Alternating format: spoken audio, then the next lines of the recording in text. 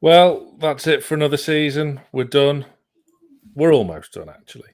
Newcastle United have rounded off the season by beating relegated Burnley by 2-1. We're not going to rip into Burnley. We're not like that. All we're going to say is let us know your player ratings in the comments. I'm joined by Carl, who's on the mammoth session today after sitting through that game of what has been a manic final day in the Premier League. Congratulations, Man City, unlucky Liverpool and all that carry on. Newcastle United have finished 11th. Carl, before we get into scoring the players, we finished 11th. How? How indeed, Eddie Howe. Yeah. It was.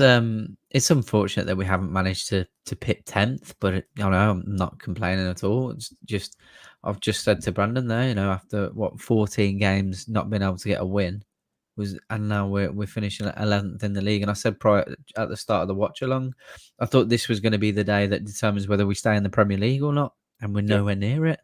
So. Although the game wasn't amazing to watch, it was bliss in itself that had nothing to worry about at all. It was mad, wasn't it? At half time, we were 10th. I mean, do you know what I did this morning? As you may have seen when I'd got back from my morning out with my family, I looked at some of the videos of us when we were outside Molineux in October, which was what we didn't obviously know it at the time, but it was the last game pre-takeover. It was a horrendous day. When the highlight of your day is Jeff Hendrick, you're not on a good thing. The frustration, the anger, the kind of acceptance already that we were going down this season is it just doesn't feel like that was the same season, does it? It's crazy what's happened. So I was after that because I just put a little obviously I put a preview together of score predictions, and I didn't promote it on socials or anything, so it literally went out 10 minutes before the watch longs. It hasn't got many views, but you'll see that I just used the previous Burnley game before, like a kind of before and after when we beat them. But before I was doing that, I was getting loads and loads of clips together because I'm going to do like my own version of how the season's gone. And I'm just going through the timeline of literally from that Wolves game, and then like our own reactions to things and adding things in. And then Johnny and Lee being at St. James when the takeover happened, and Pete Graves and Keith Downey. And I was just clipping all these things together, and I was like, I'm gonna cry in a minute. Like I don't understand what's happened. Yeah, so I mean, I did shed a tear at the Spurs game whilst you were at the NFL. Thankfully, you were at the NFL, so I could go to St James's. But yeah, I mean, look, the post-season videos we'll be doing throughout the next week or two on the channel, so we'll go a bit more into that in the next week or so. So let's crack on with scoring the players. Martin Dubravka, Carl, he was keeping us in it at the end and really showed his quality. Some of those saves towards the end were excellent. Like, not camera saves. Usually for me, he's someone that I worry a little bit about in terms of his keeping hold of the ball. Some of he likes to parry the ball quite a lot, but some of those saves certainly 2 or 3 of them where he's just gripped the ball out of midair were absolutely fantastic. So kept us in the game, like you said at the end. Burnley throwing the kitchen sink at us. Other than that, I don't think he did anything wrong per se. I think maybe he could have been a little bit stronger. I think it was the original shot from corner when it's deflected back out to him. But it's what I'm really being pedantic. I think he did well to even get a touch to the first shot, to be honest. What are you scoring him? I'll give him an 8. Yeah, I agree with that. I think towards the end, himself big and really took the sting out of the game because obviously once Burnley got that one goal, they then got news through that Brentford at the time had equalised against Leeds, so the tails were up. The onslaught was always going to happen, irregardless of where you are in the league. It doesn't matter when you're fighting for your lives. It's definitely not. The onslaught was coming, but yeah, Dubravka had a great game, I thought. Yeah, he did. I'm going to start on the left-hand side because I think this man's... Yeah, I think he's a contender for man of the match. I thought he was absolutely superb today. I thought he was really good. I think he was better than our other fullback in Trippier. That's how highly I'm going to praise him. I wasn't a fan of his when we first signed him, but he's proved me wrong no end. Because obviously you don't mind being proved wrong, but obviously he played very well today. Would you sign him? Would you want to sign him now? Currently, I could, if we sign him, great. If we don't and go elsewhere, I'm comfortable with that. Yeah, I am. But all I can say is, look, he's not our player at the moment, so let's assume he doesn't stay. If he does, great. But let's assume he doesn't. What a 6 months it's been from him, and he's been absolutely brilliant. And he's rounded it off with a 9 out of 10 for me today. I thought he was absolutely superb, and yeah, down that left-hand side, patrolled it. I thought he was brilliant. I really did. I thought he was brilliant. He has been, mate. So as we're going along that way, you get BDB, Big Dan Burn. Yeah, I thought again he's had a relatively solid game. There was a couple. Well, he's actually worked that channel quite well between him and Trippier. There was a few times where they tried to catch him out there. It's very aggressive when you have to get aggressive when you speak to Big Dan Burn. You just got to smack things out of the way, smack your mics. There's just a level of aggression. Him and Ashley Barnes today had a right tussle up. Yeah, and it was always going to happen because some people were saying that's the type of player Ashley Barnes is. Likes to make a nuisance of himself. Both big lads, but I thought Dan Burn had a good game and handled them very, very well.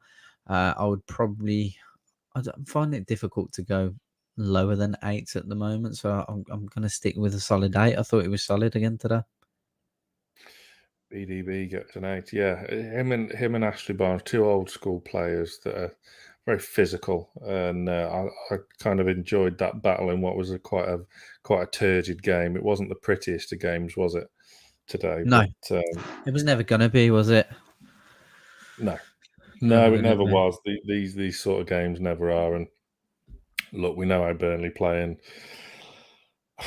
you might say it had been coming for the last year or two for them. They've always managed to get out of it. I mean, it was always a risk getting rid of Sean Dyche, but it hasn't worked from this season. But again, not taking the piss. I'm not that way inclined because we've been there ourselves, haven't we?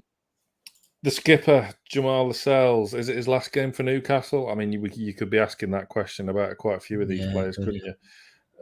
If it is, I've got nothing but praise for the guy. I've always been a Lascelles fan. He's captained our club with pride and honour through what has been a terrible time for the club. And today, I thought he was good. I don't think he was quite as good as Dan Burn. I don't think he was as good in possession as Dan Burn. So I'm giving him a 7, but he was still, that's not bad by any stretch. No, definitely not.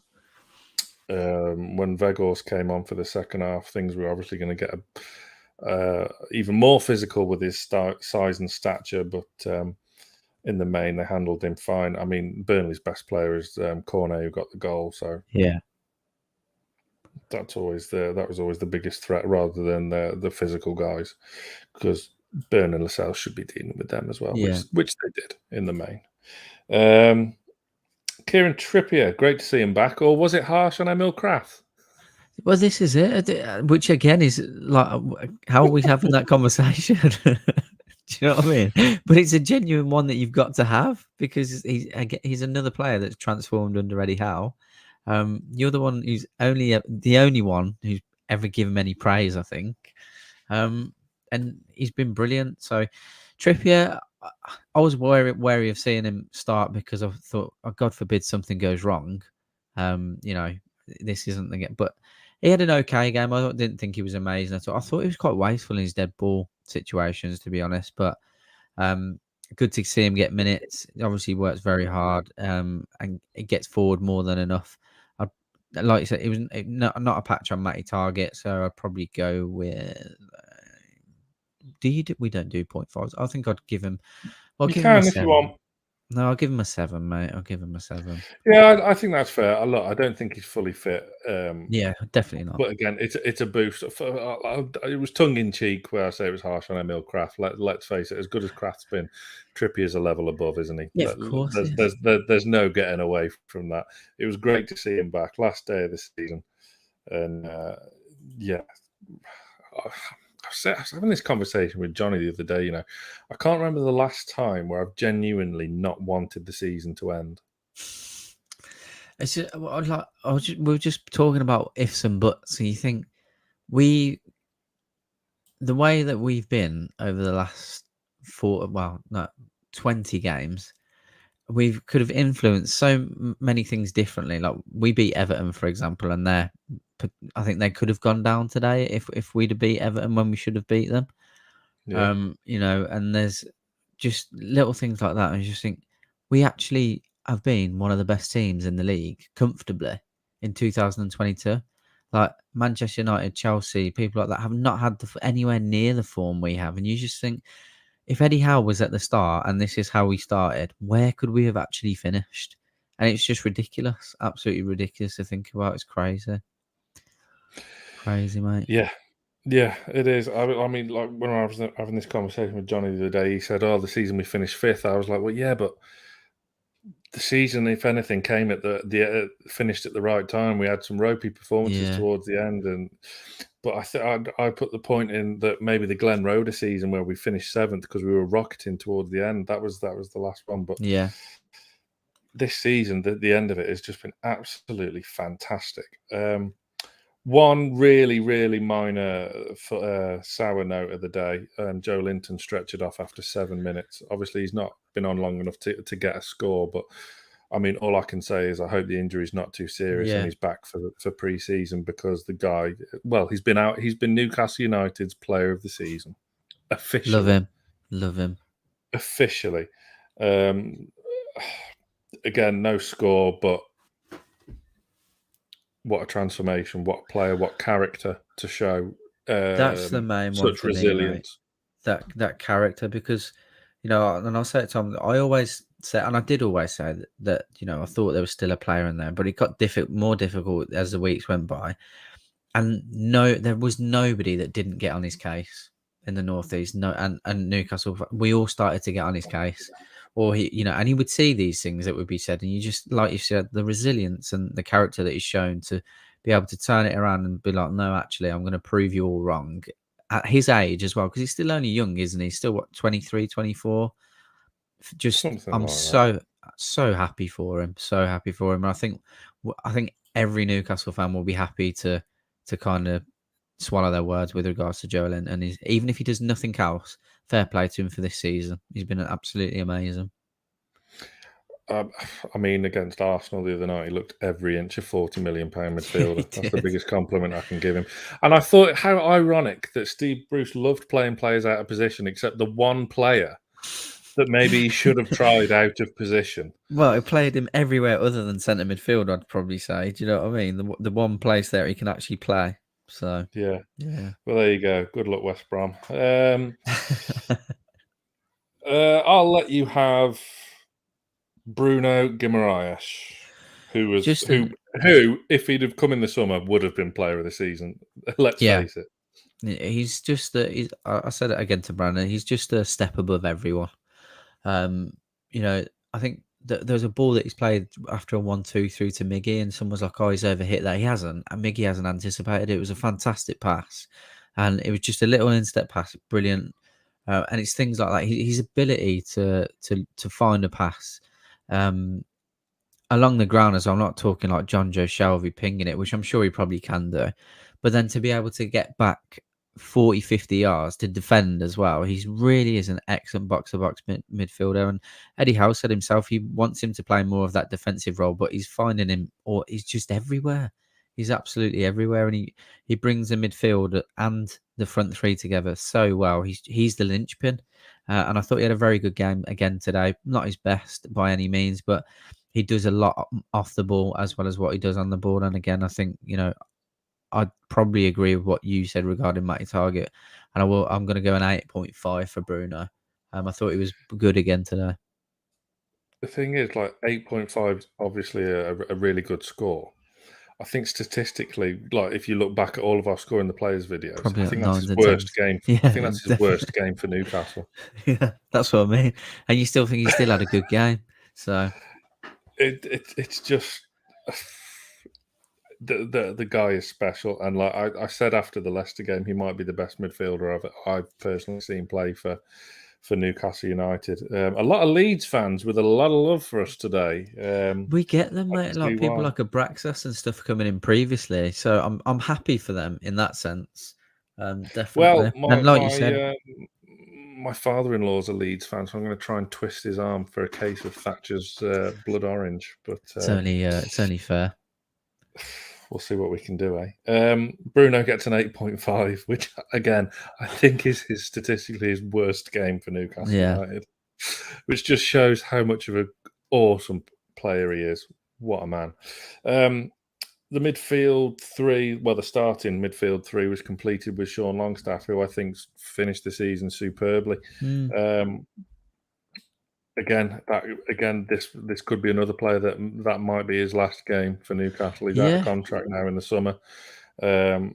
Negotiations are rumbling on, but who knows what's going to happen. I've always defended Sean. I've always liked Sean. I think he still has a role to play in the squad. And I just remember when we were in Ollie Bernard's pub in Blythe the other week saying you do need that core of Geordie players. You don't want to overfill like we did with the French players a few years ago. So with the slow build, that's why Dummett's had an extra year. Just this slow build, this progression. I think Sean still has a role to play. I'm giving him a 7.5. I think on the whole, I think he's done really well. For the large part of the game, we were winning the midfield battle. When Joelinton went off, we switched to a 4-2-3-1, which we'd all been before Eddie Howe. We'd all been screaming for the past 3 years. But yeah, I thought him and Bruno sat in front of the back four. And did a sterling job. I really do. Do you think he stays or he goes? I've said it over the last. Obviously, I've not been on anywhere near as much lately, but in every video that this has come up, I absolutely echo what you say. People like Sean Longstaff, even Jamal Lascelles. I want them at the club just because you need those particular, those types of players in the dressing room, and I do think that he probably goes. To be honest, I don't want him to. I would like him to stay in some sort of role and continue to see if he can improve under Eddie Howe and break into the side. But I've just got a feeling that maybe he thinks he might want regular football elsewhere, which would be unfortunate. And some people might think that won't be the case because obviously being from Newcastle, you'd think he'd want to stay there. And I hope he does. It's a difficult one, but I personally think he might go for the football. It won't be money related. He's clearly not that type of lad. So it'll be an interesting one. I'll be happy for him to stay. And if he does go, every bit of luck to him, mate. Yeah, I think first team football and staying injury free and playing with a manager who's actually going to coach you will do in the world of good, whether that's at Newcastle or not. It remains to be seen. But I've always defended him, and I will continue to do so. I think he's a very talented lad. Just with injuries and Steve Bruce, it's just a case of time. And let's remember, his head probably was turned at that time with a mooted £50 million move to Manchester United. But I think any of us would have been. Cracking lad, great family. I hope he signs, but let's see. It's going to be one hell of an interesting summer, and we'll have plenty of content to churn out here on NFTV. So let's give you can have Maxi. Okay. Could be a tricky one, this, but he was subbed off early. He threatened to do something, but never really got going. That was it, and I think that's been the story of his form. I'll say his form as of late, because I thought he's had his best game for us for a while in terms of team game against Arsenal. Like that is exactly what I want to see from Maxi. It's certainly a base of what I want to see from him, and then him be able to build on that with his flair and the talent that he's got. And yeah, he did exactly what he threatened to do. Things there was, he's blitzing people for pace left, right, and center. He's had that opportunity in the first half that realistically, for me, from that angle, he should be finishing. But it was nonetheless a half decent, say, from Nick Pope as well. But then he's got the assist, hasn't he? Which was a good, but it was a great assist as well. To be fair to him, so yeah, I'll give him a 7.5. I want more from him, but it's his end product, isn't it? That's what it is. I can't fault his work ethic going forward, and I'm not one of those that says he needs to be more defensive, because at the end of the day, that's not the player that he is. But what I saw from him from Arsenal is exactly the sort of basis that I want. And we were having that conversation. There's lots of people that think that we should get rid of him, or we should cash in on him. But like I said, if he's willing to try and get the basis of his play based on what he did against Arsenal and be a team player, I think it will benefit him tenfold going forward. I just feel like he's got this vision of what he wants to do in his career, and that may not align with us, and that's absolutely fine, because I've got nothing bad to say about him. Yeah, he's Marmite at the moment, isn't he? Which is crazy. Seems to be, especially in the comments. I'm with you. I have to be honest. I wasn't against the decision to take him off, but look, he got an assist, and this may have got largely unnoticed. He was tracking back a treat. Yeah, he was. He was tracking back a treat today, which is a common criticism from him. I thought he worked hard. I just some things didn't really go for him, but he got the assist, and we eventually put the game to bed. He's got his critics, but I've got nothing but respect for the guy. The guy's kept us up single-handedly for the past 2 seasons. Yeah. Before this one, and going forward, he's all right. He's not going to be the main man if our aspirations are realised, and next season we are challenging for Europe and whatnot. That seems to be the message from the squad. I'd just take a top 10 finish and not have to worry about relegation. I'll be honest. But yeah, Maxi with a 7.5. On the other flank, we had, in the 10 eventually after Joelinton's substitution, we had Miggy Almiron. Again, another player. Was that his last game for Newcastle United? I know. And again, what someone who's come into great form towards the end of the season. Yeah, and look, these guys are now, with the lengths of contracts that they signed when they first got here, it's either they're going or they've got to sign a new deal. Yeah. Miggy should have squared it to Wilson. But unfortunately, 100%, mate. Fortunately, we got the second goal not long after that, but that could have been costly. Like you say, Carl, he's been in some nice form, which is probably why he just decided to go effort and take the shot on. Yeah. But when Wilson's unmarked at the back post, and I'd love the reaction from Wilson. Love the reaction from Wilson going over, bollocking him, and there you go. And Miggy obviously smiled and got on with it.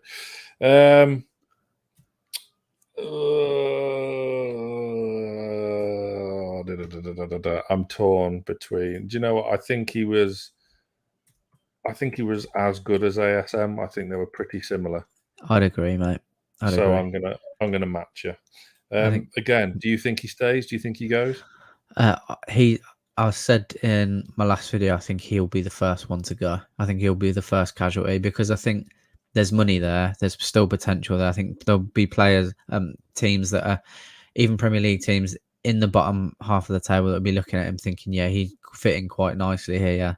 And I think we'd get what we paid for him, to be honest. I don't think we get much more or much less. I think we're getting around what we paid for him. And I think, along with FFP and paving the way to get more players, I think unfortunately he'll be moving on, which is a shame, because he's been an absolute diamond.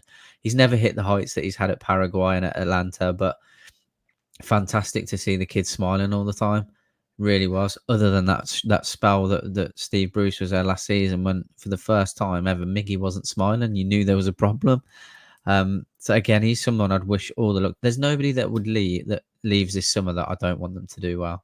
Everyone's been absolutely fantastic to endure that shit that we've all been through, and then turn it around so miraculously this season. It's been incredible. Such a good season to, like I say, good. It's just Taylor two halves, mate. It's one of those where I'm so happy that we've done so well, and we've got so much to look forward to. But losing some great characters, unfortunately, as a kind of casualty of that. But yeah, fair play to him. For the record, I think he goes. Yeah. For that, I think it was Ian in the comments. No assists, 2 goals. You need better from your creative Yeah, players, and I think 100%. It's a fair point. he's too one-footed. He's been here how many years now? 3.5, and he still hasn't found his 3.5 right years, yeah. foot. But look, again, I love the guy. No ill feeling towards him whatsoever. And speaking of someone I have nothing but love for, is our match winner, our number 9, Callum Wilson. Carl, what a man, what a player. What a man, what a player indeed. What a return after, a relatively severe injury, to be fair to him. Yeah, I didn't expect to see him because obviously he kept getting pushed back with his rehab. Unfortunately, I didn't expect to see him and at this side of the season, and he's come back, and it's like he was never gone. To be honest, in terms of 3 goals in 2 games. And who was it that said it? Was it Neville or Carragher said that if he keeps fit, he's one of the best strikers in England or the best English striker? And I think I can't disagree with that. He's absolutely incredible. He really is. It's just a shame that he hasn't been able to stay fit, and hopefully we can get a purple patch out of him where he can spend an entire season fit. Because I think we had a conversation with Steve about it on the previous watch. I think he's good for 20 goals a season. I really do. He's I say it time and time again. He does so well, so much off the ball to open up the channels even more to bring the wingers into play. He's an excellent striker. Really, really, really is. Love him. Absolutely love him. I'm guessing a high score's incoming then. Sorry, mate. Yeah. He's got both goals as well, so I'm giving him my man of the match personally. So, 9.5. I would have given him a 9, but you give Targett a 9, which is understandable. Yeah, I think it was. I typed in 9.5 because I anticipated your score from what you were saying. Yeah, if he stays fit, because let's face it, signing a striker is nudging on priority this summer, isn't it? Yeah. But yeah, I just can't praise him enough. I didn't realise, like Ollie says in the comments there, you just forget how good he was. I mean, like Chris Wood's come in and done a job and should be praised for that. I know he's only got 2 goals, but still. He brought a different dynamic though, didn't he? When he realised he wasn't scoring, so yeah. But like you say, for him to come in, you imagine if we had Wilson for those games, you think, Jesus Christ, we've done so well as it is, but if we had him fit, where would we have finished? Maybe we would have nicked 10th, but who knows? Who knows what striker will be coming into St James's Park through the summer? I see Hugo Ekitike. I can pronounce it. Sky Sports. Yeah, I struggled to pronounce it the other day. Ekitike got on the score sheet for Rans last night. So who knows? Well, just as soon as it comes through in capitals from Steve. Yes, quite right. The first substitution of the game, Jacob Murphy came on to replace Joelinton, and we switched to a 4-2-3-1. It's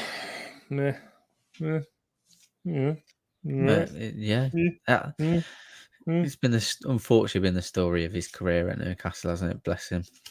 Yeah, Boyd Toon fan has shown all the energy and enthusiasm for the cause, and bleeds black and white, would die for the shirt.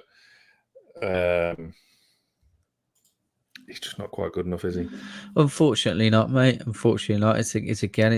I'd love these lads to stick around and just be part of the club, but they're not going to want to do that, unfortunately. You want these types of characters to just be there, but I just don't think they will. Yeah, I mean, this time last year, I was saying, Murphy's got to stay. He's reinvigorated himself. He's and he has again.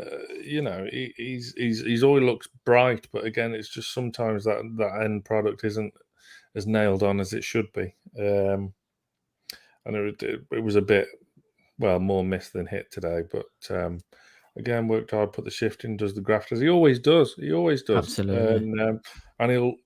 As he has often been during these wins this season, he'll be the star of the post-match photo with his humongous jaw. But Jacob Murphy gets a 6 again as he played his last game for Newcastle. We'll find out in the summer. one man who I didn't realise was playing, I have to be honest, Chris Wood came on. I will also echo what you've just said. So, I mean, he was on long enough to justify a score, I would say. But was he? Good. Well, I don't know. It's up to you. How long was he on for? Was it 15-20? He was on for 20 minutes. 15-20? Yeah, and we went 4-4-2, didn't we? I think maybe we have to. Oh, of course we did. Yeah, I remember Brandon saying I didn't pay attention. That was what. Maybe we go to the comments on that one because I don't want to lie. To be honest, I didn't notice him playing. I've just remembered him coming on because I remember Brandon mentioned that we. Do you think we're going to a 4-4-2? But Andy in the comments says we got worse when Wood come on. So. Well, I think, yeah, okay, point taken. But I think that was more to do with the onslaught of Burnley that was inevitably going to happen as well. Andrew's I mean, Jason, we've won, but you've pretty much said you hate every one of our players so far.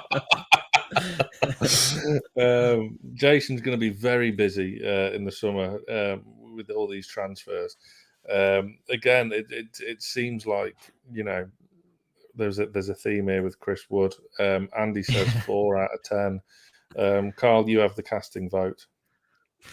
Well, everyone, I think I'll go with Andrew's score of a 4, because everyone has also echoed the fact that nobody realised was on the pitch. So, sorry, Chris Wood, if you ever watch this, because I echo what Sam said. You've done a job for us. So yeah, but 4, mate. Go on, Ollie. Ollie's sticking up for him.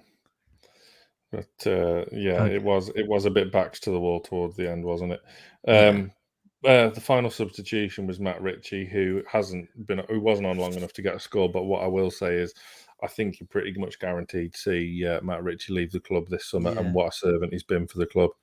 Leadership, bundles of character and energy and passion, which has arguably kept us up. Major focal point in getting us promoted from the Championship at the first time of Aston under Rafa, and the first season back in the Premier League, keeping us up, scored some vital goals.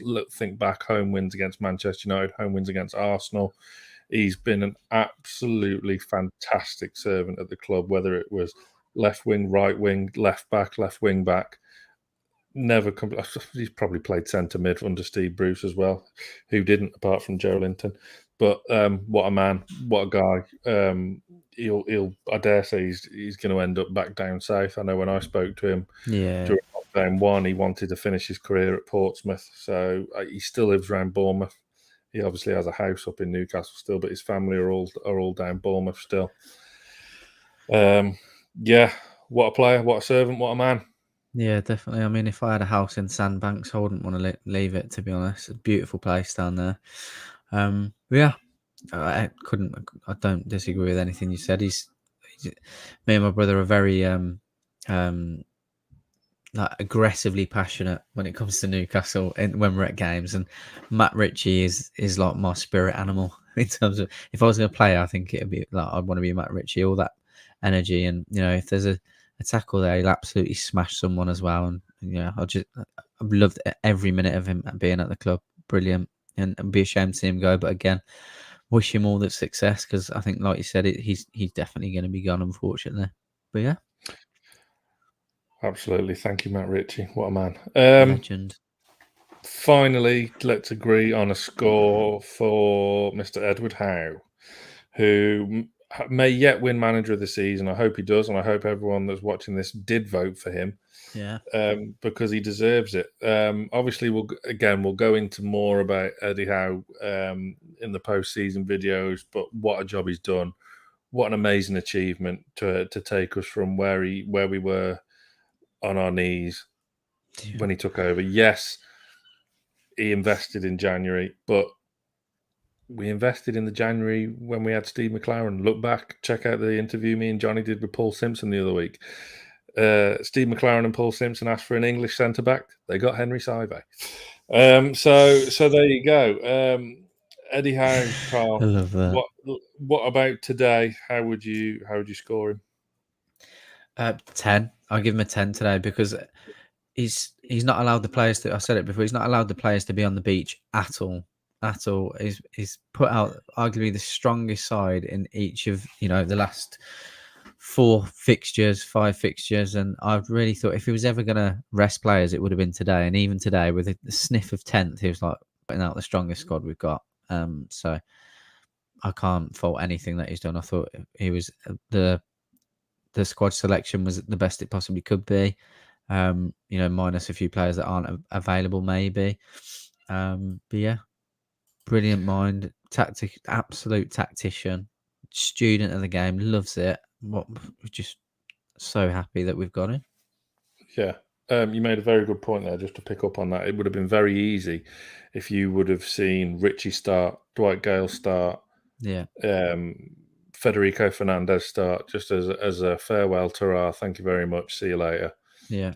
Again, he hasn't done that. He's wanted every point. He was playing for every point possible, and he's been absolutely fantastic.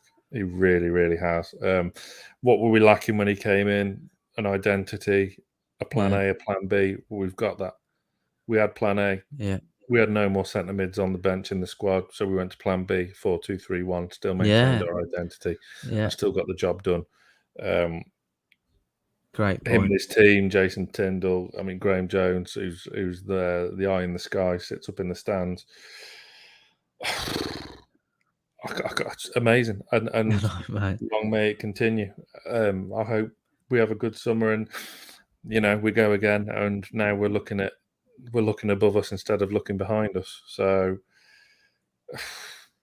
yeah, 10 out of 10. I agree. I couldn't agree more. It's mental, isn't it? Mental. It is. What a batshit crazy season. What a batshit crazy final day. And today was insane. Literally down to the 91st minute, a goal either way for relegation and the title could have changed things. It was nuts. 2-0 down they were as well. And how about this? We finished above Aston Villa. I know, mate. Do you know? I'll in one of the videos I'll put it in there because I've archived some of the messages from those bastards. Well, smash the like button because we've finished above Aston Villa again. Well, and I will just say this: I know I will hold my hand up. Eddie Howe wasn't my first choice either. My first choice was ironically Unai Emery before he actually even got linked. But I remember your first choice was Mr. Steven Gerrard. And absolutely was. I said this to. I think he's done that great. No, he's probably echoed the trend of form that you would have expected from Dean Smith if he'd have stayed there. Twice Gerrard's been on a losing streak of 5 games in a row, and Dean Smith lost his job over it. So yeah, and look, I 100% hold my hands up to that. Like I said, I always wanted. I was always happy if we got Eddie Howe, but then as soon as Steven Gerrard got touted, I was like, yeah, I want Steven Gerrard, and I would absolutely hold my hands up to that. So I wasn't disappointed that we got Eddie Howe. I will say that, and I'm so glad Villa have got Steven Gerrard and we've got Eddie Howe, 100%. Yeah, Eddie Howe, incredible job. Incredible job. Deserves a bloody good holiday and a new deal as well, which seems to be in the pipeline as well. Liam is coming up any second now with the fan reaction show. So click on that video and hit the link, the StreamYard link in the comments, and get on that. Talk to Liam. Tell him what you think about today. Tell him what you think about this season. Tell him what you think about next season and this summer.